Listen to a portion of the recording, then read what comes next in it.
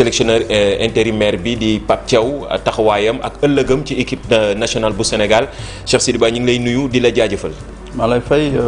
Mamadou di nuyu téléspectateur bu TFM yëpp. ni ma ko waxee sànq ni ñu fas yéene waxtaanee Pape Thiaw ñu tàmbalee ko xam nga bu ñuy wax football moom déjà stats yi la ñuy wax 4 matchs 4 victoires 0 but marqué 8 buts marqués 0 but encaissé nan nga gisee déjà analyse bi ngay njëkk a def ci prestation bi nga xam ni ñëw na ci Pape Thiaw depuis bi mu nekkee sélectionneur intérimaire. je pense que depuis Pape ba mu nekkee sélectionneur intérimaire ba tey ji ba matchu démb bi. bu si mujj je pense que suñu xool sur le plan comptable résultat positif la def. 4 matchs 4 victoires. Et 8 buts marqués 0 encaissés. Je pense qu'en plus aussi le mu si yokk mooy sur le plan du jeu. On a vu une très nette amélioration. On a vu une équipe qui a essayé de jouer jël bal bi teg ko si suuf jéem a trouver des équilibres bi jouer ay combinaisons. Et aussi l'émergence de nouveaux joueurs yoo xam ne que amuñu woon temps de jeu amuñu woon possibilité feeñ si équipe bi ñu gis un joueur comme Diarra Habib Diarra feeñ si équipe bi El Hadj Malick Diouf la même chose ñu gis un joueur comme Elimane Ndiaye retrouver waat une certaine confiance bu mu amoon nga xam ne que sur le terrain on le voit encore plus libéré. Je pense que c'est des points positifs yoo xam ne que Pape marqué na ko et puis léegi dañuy xaar décision fédération am na solo di fàttali ni waa fédération bu ñu sukkandikoo ci kàddug président fédération maître Augustin Senghor nee na balaa at may jeex dinañ xam kat moo war a nekk sélectionneur bu équipe nationale bu Sénégal fas yéene yóbbu équipe bi ci Coupe d'Afrique bi nga xamante ni la ñuy waajal fële ca Maroc ci atum 2025 wax nga ko taxawaayam ak ni mu yoree groupe bi mais surtout gestion groupe bi ndax ku wax parcours yi wax groupe wax ni mu defee ba am indi émergence wu yeneen nouveau talent yi mais gestion groupe bi. Oui, tout à fait. Je pense que entraîneur loolu moo nekk premier point essentiel première qualité d'un entraîneur mooy la gestion d'un groupe. Parce que le groupe est tellement élargi il y a beaucoup de joueurs ñuy dugg ak ñuy génn donc soo yorewul tu n'as pas la même mise si groupe bi rek dafay xaw a jafe donc gis nañu Pape ni am na il a la même mise muy gérer bu baax groupe bi te nouveaux joueurs yi ñëw daf leen di may seen chance ñi intégré démb gis nañu entrée Sabali pratiquement première balam il mu joxe balle de but donc là c'est une bonne chose ça permet à tous les joueurs de se libérer ku nekk xam ni que tu es important dans le projet je pense que loolu moom c'est une chose très importante qu'on voit qu'on sent que Pape il a la main mise sur le groupe ñu seetlu yi tamit loo xamante ni donte mi ngi doon am jamonoy Aliou Cissé mais bariwul woon lool moom mu ñëw gën ko fésal mooy joueurs yi évolué ci sunu championnat local bi ñu gis ni moom bi mu ñëwee mi ngi leen doon jox seen chance donte lim bi ak Aliou Cissé néewoon na moom bi mu ñëwee daf ko yokk. waaw tout à fait je pense que loolu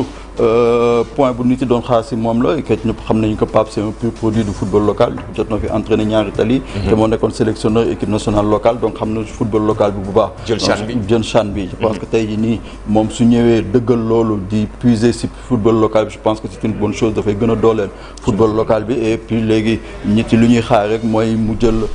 joueurs yi ma gën leen may seen chance dugal leen si match parce que démb ñëpp ñu ngi doon xaar ndax peut-être Abdou Aziz dina dugg wala Ibrahima Seck dinañu dugg am quelques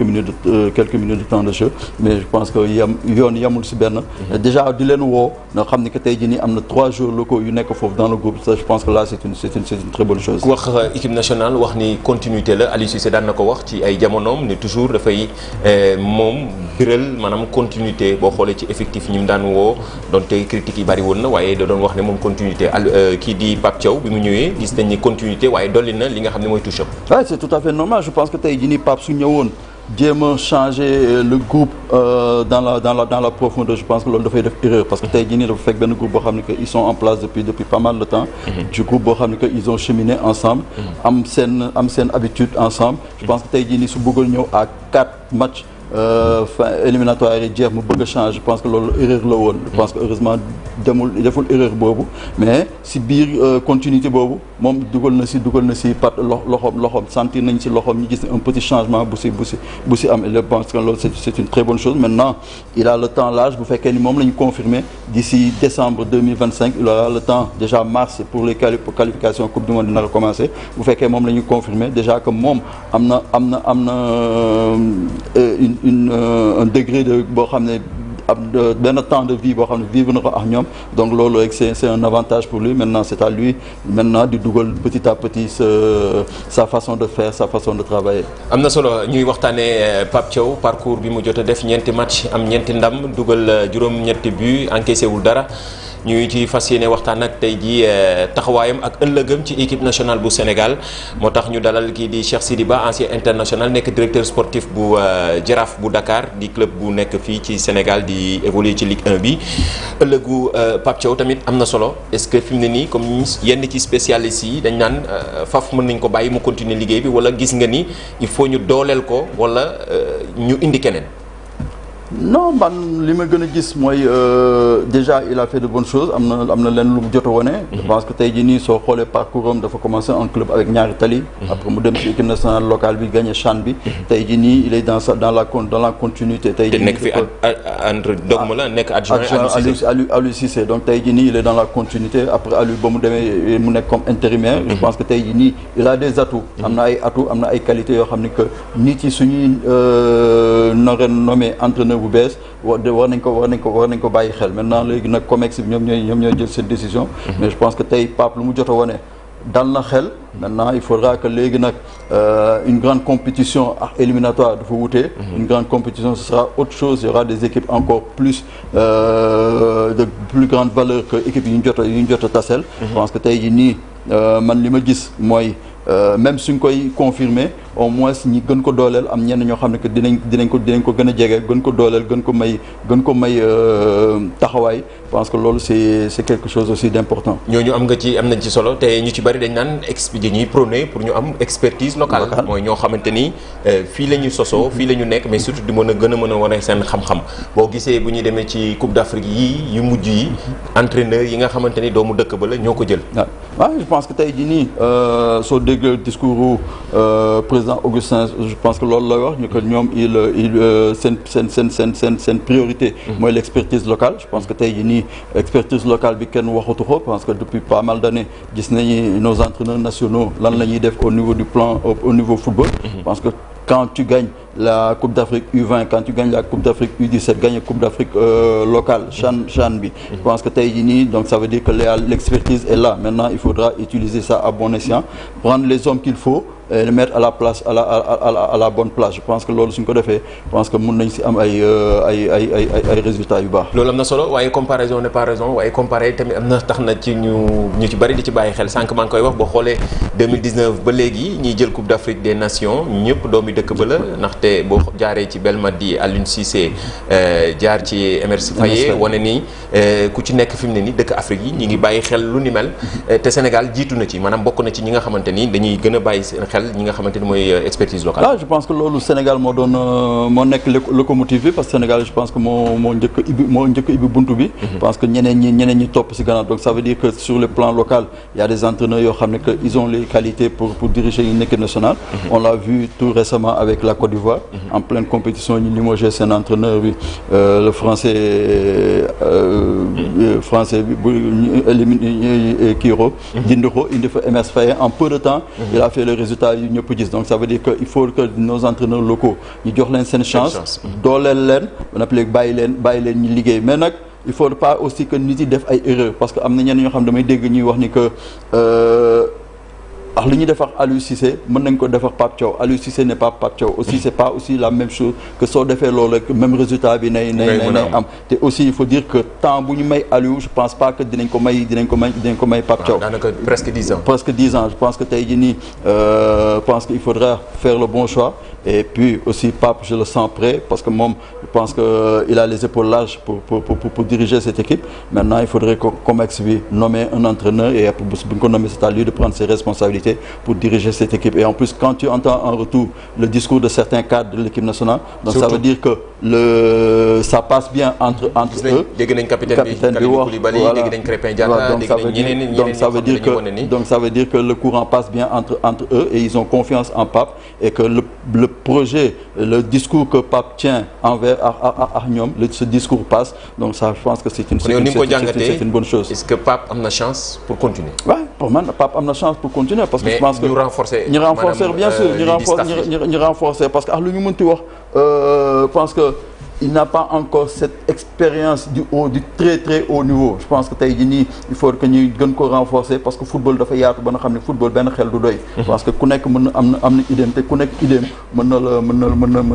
na la jëriñ. Je pense que tey jii nii suñ ko indee gën ko renforcer. Je pense qu'on peut avoir de bons résultats. di fàttali tàmbaliwul éliminatoire Coupe d'Afrique CAN Maroc 2025 bi waaye ci ñeenti match yu mujj yi moom moo nekkoon ci bopp équipe nationale bi nekkoon entraîneur intérimaire gannaaw bi ñu tekkee ndombal tànkul Aliou Cissé ñoom ñaar gis nga leen gis nga ku ci nekk sa manin mën nañ ko waxee noonu lan nga gis ni moo leen wutale. lan mooy lu mu wutale mooy surtout c'est par rapport au contenu et au projet de jeu parce que man je pense que Aliou moom il a un jeu très direct un jeu direct qui est porté vite vers l'avant. am ay joueurs yoo xam ñoo nekkoon colonne vertébrale bi et Pape man j'ai vu que si 4 matchs yu ma gis l'équipe construit l'équipe pense à construire à partir de derrière ñuy jouer et parce que gis nañu chaque fois le Sénégal dafa doon am problème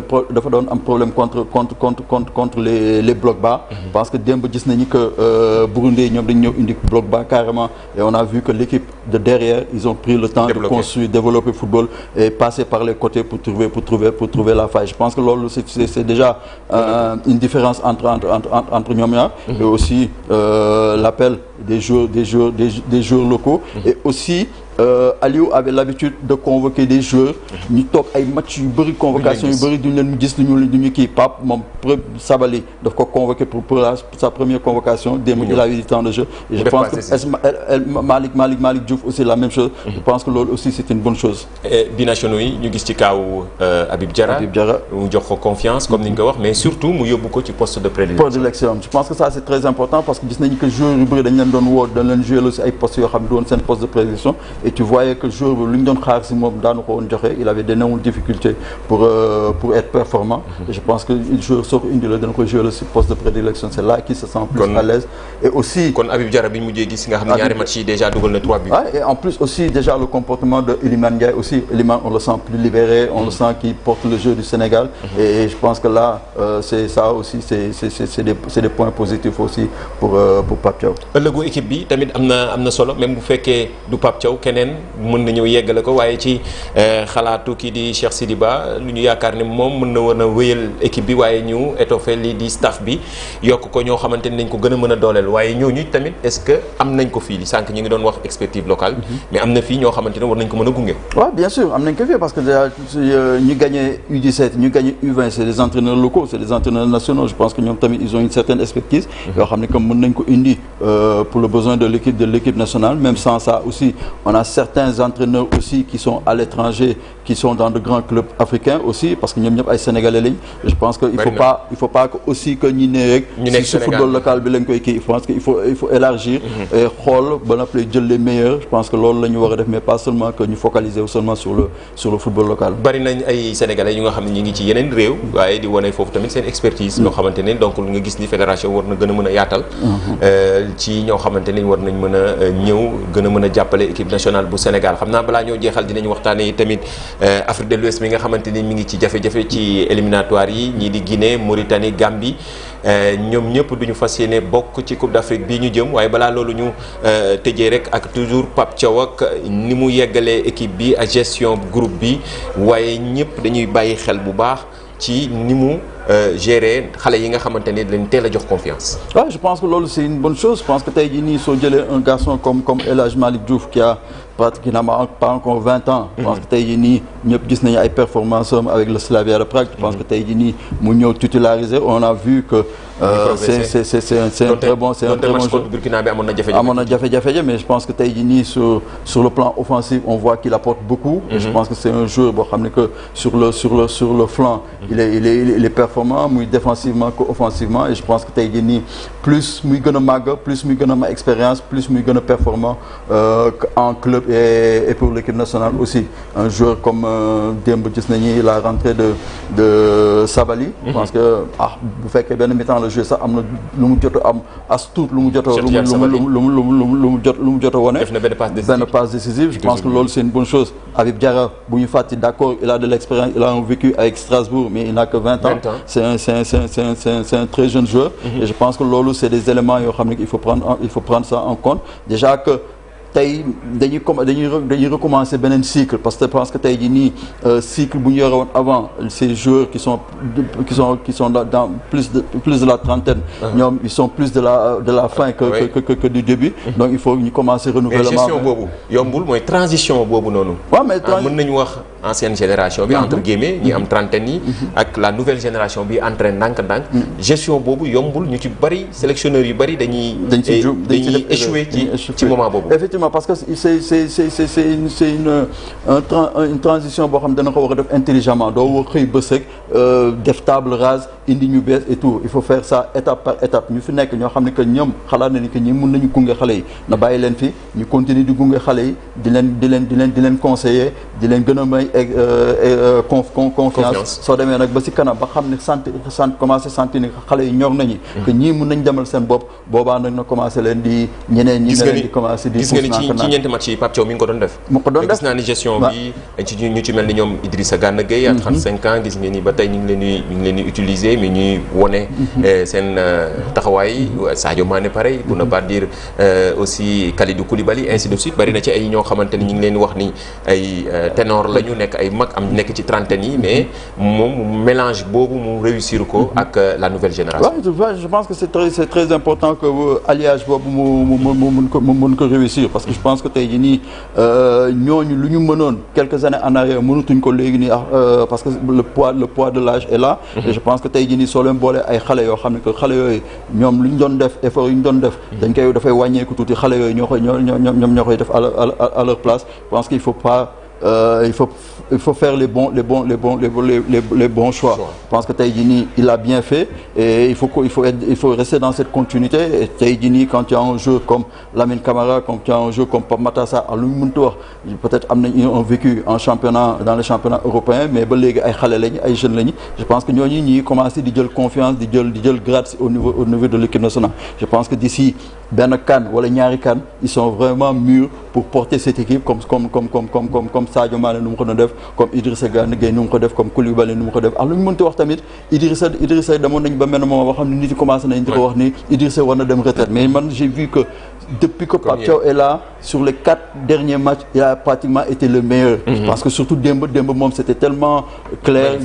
on a vu un Idrissa Seck des grands joueurs Idrissa Seck bu ñu tàmmoon gis qui a porté le jeu du Sénégal qui était là dans les duels dans la récupération je pense que ça c'est une bonne chose maintenant il faudrait que moom tamit expérience bu mu am mu jéem ko di ko jox xale yi di leen jàngal di leen pousse ba xale yi ñoom tamit d'ici quelques années ñoom dinañu mën a demal seen bopp inchallah. am na solo ëllëgu équipe bi même bu dul Pape Thiaw waaye ci CAN ba ñu jëm